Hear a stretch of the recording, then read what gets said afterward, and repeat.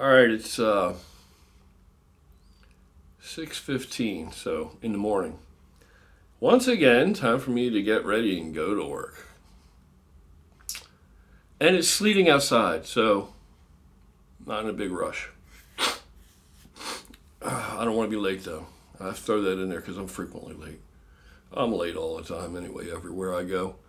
Anyhow, this morning I'm sitting here looking at the television, and I have YouTube on there, and I'm checking out this young fella's channel on training, weightlifting, and he's somewhat of a beginner, but he's developed an incredible physique in like a fairly short period of time. What I say is incredible anyway, but I mean, I'm realistic. I've been around a long time, and I don't have any problems or any esteem issues with patting the next man on the back or giving him a thumbs up and saying, man, that's some fucking good progress. That's awesome. So I think he's made incredible progress. He's a natty guy, and he looks damn good. Thick, powerful. He's a shorter guy. And he's a smart kid, too. He's pretty smart, I think. But I just saw a video about his take on mind-muscle connection. And all right. First off, mind-muscle connection. Here we go again. Everybody, when they discuss this, reference it or refer to it or write it off as a thing that you hear bodybuilders say. Well, why is that bodybuilders are known to say it? And isn't it odd, then, that bodybuilders turn out to be the group of people who have the most complete, hopefully anyway, by intention, overall development, if they're successful at it. They have the most complete overall development, usually the most hypertrophy, usually the biggest, most exaggerated. And you can write all these things off to all kinds of other stuff. But again, I'm going to use the back. Although it applies to everything, the reason I'm going to use the back is just because it's such a huge, beautiful complex of muscle. There's so much going on back there that in the back, it's really critical that you develop a feel for what's happening. And those that do not, you can see it. When guys turn around, on stage, and they hit a back double by, all right, everybody up there is pretty lean. Everybody up there is in decent condition, good condition. But there's a lot of difference between what they look like from behind. I mean, everybody's got arms, everybody's got chest, some a little better, It's all there, though. Everything's present and accounted for. The only time you see guys that are really maybe lacking something that another guy he has is usually calves or something. But when these guys turn around and look at from the back, this is where it separates them. And this is why back and legs are said to win shows. Because these are complexes that they develop a lot differently. And you really do have to target the areas of these body parts that you're trying to accent to balance everything out. So when I work my back, even something like a bent over dumbbell row, if I move just a little bit and change my posture, just the tiniest bit, something that would be, I would bet, imperceptible to most observers, even to other people that work out. But I can feel the difference. I feel the accent shift back there with just this imperceptible small amount of motion, externally. That's what you would see. And I feel the shift in the accent of the muscle where I'm actually targeting the largest percentage of that workload. And because some of these muscles are much smaller when compared to adjacent muscles back there, there's so much stuff back there. If I put any more weight on, that's why when I'll keep going heavier, maybe I'll go 10 pounds heavier. Now I can't feel it anymore. I can't feel it on the target any longer because it's spilled over and adjacent muscles have come into play. So now I could put 50 pounds on, easy, another 50 pounds, and pull the shit out of it and look decent with decent form to an observer. But for me, I'm not going to look the same as a result of it. And the guys that don't have that ability and haven't developed that feel and don't mind that, or not mindful of that, they are the guys that when they hit a double back by, there's holes.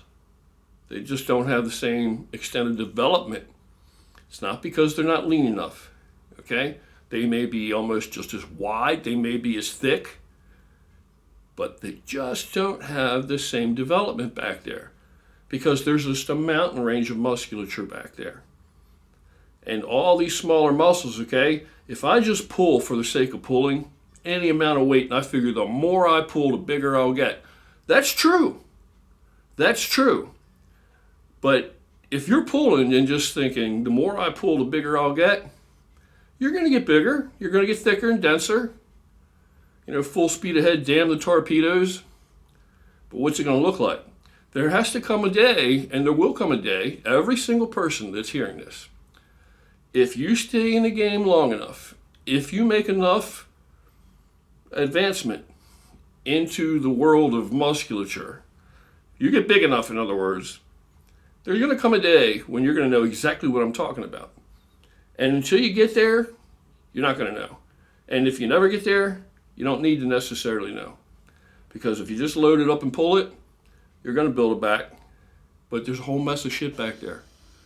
All right? Those smaller areas that I'm trying to accent, they aren't strong enough by themselves to pull that amount of weight. They just are not.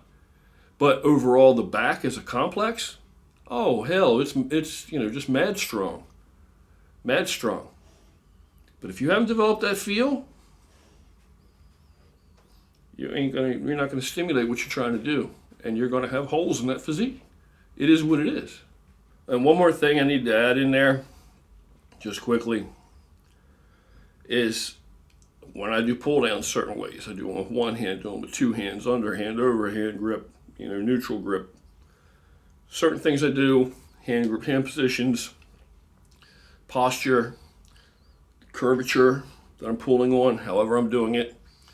All right, I can move that accent all the way up and down that lat.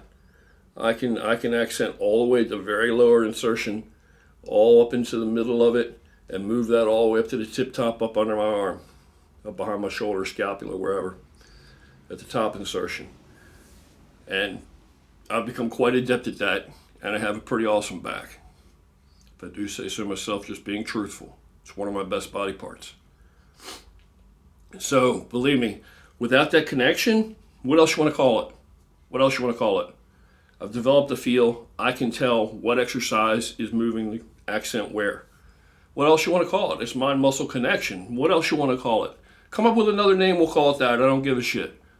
But if you just randomly just grab something and pull it down, and you just acknowledge, oh yes, hitting my back. It is hitting my back. Like a fucking caveman, right? Throwing rocks around. Yeah, you're going to grow. But what the hell is it going to look like? You're still going to look great. But it's not the same. Now, if I'm benching, for instance, let's forget about the injured shoulder for a minute. I almost forgot which one it is because it's catching up so well. It's still behind, but it's catching up. When I bench, I have huge triceps. I have pretty good shoulder development. If I don't pay attention and I'm not feeling it, I can let those triceps come too much into play. Now people are going to say, oh, well, that's a matter of, kinesiology. It's how you bench. It is, but it's also the feel. When I get to the top, I squeeze. I like to squeeze. I get to the top, I fucking squeeze. Okay, because there's a couple things you're doing there. I'm kind of exploiting time under tension. I'm touching on that. And anybody that's familiar with the great Dennis James is familiar with his theories of time under tension. And having spoken with Dennis James, he credits that as the be-all, end-all. It is time under tension. Okay, so you have mind-muscle connection, time under tension, all these things. Can you just grab the weight and pull the shit out of it with shitty form, or compromised form and still build a hell of a physique? Sure you can. Yes. But the whole point to this, and where people get confused or get lost in the details, is eventually you amass enough musculature, your training will change. You will begin to be able to feel things you could not feel before. All right, the smaller parts and smaller aspects to certain muscle groups that I may be trying to stimulate, I may not be capable of actually focusing in that intently if they don't have a minimum amount of development to begin with.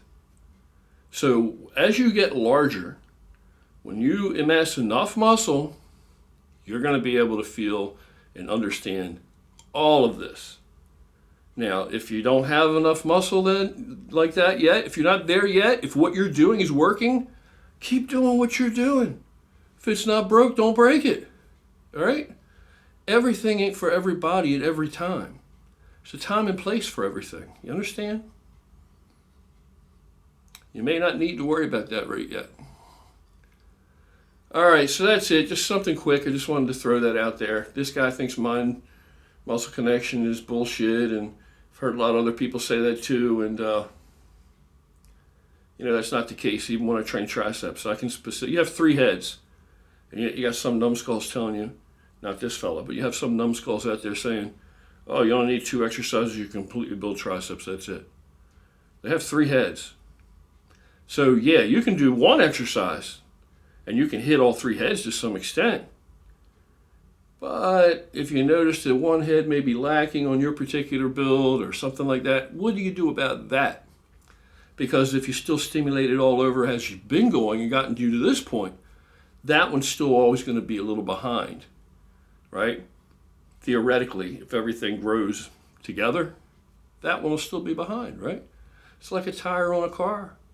As it begins to wear unevenly, even if you correct the alignment, it's always going to wear unevenly, or it'll appear as to wear unevenly, because now that it's wearing evenly, the parts that are already worn down the lowest are still going to be the parts that wear the lowest.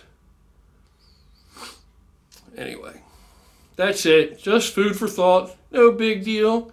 No earth-moving, mind-shattering, intense fucking controversy here. Just something to chew on for a little while and then just spit the fuck out. All right, that's it. Take care. I gotta go to work. It's sleeting out. But I have brand new tires on the car, and they're awesome tires too, by the way. Take care. Have a great day.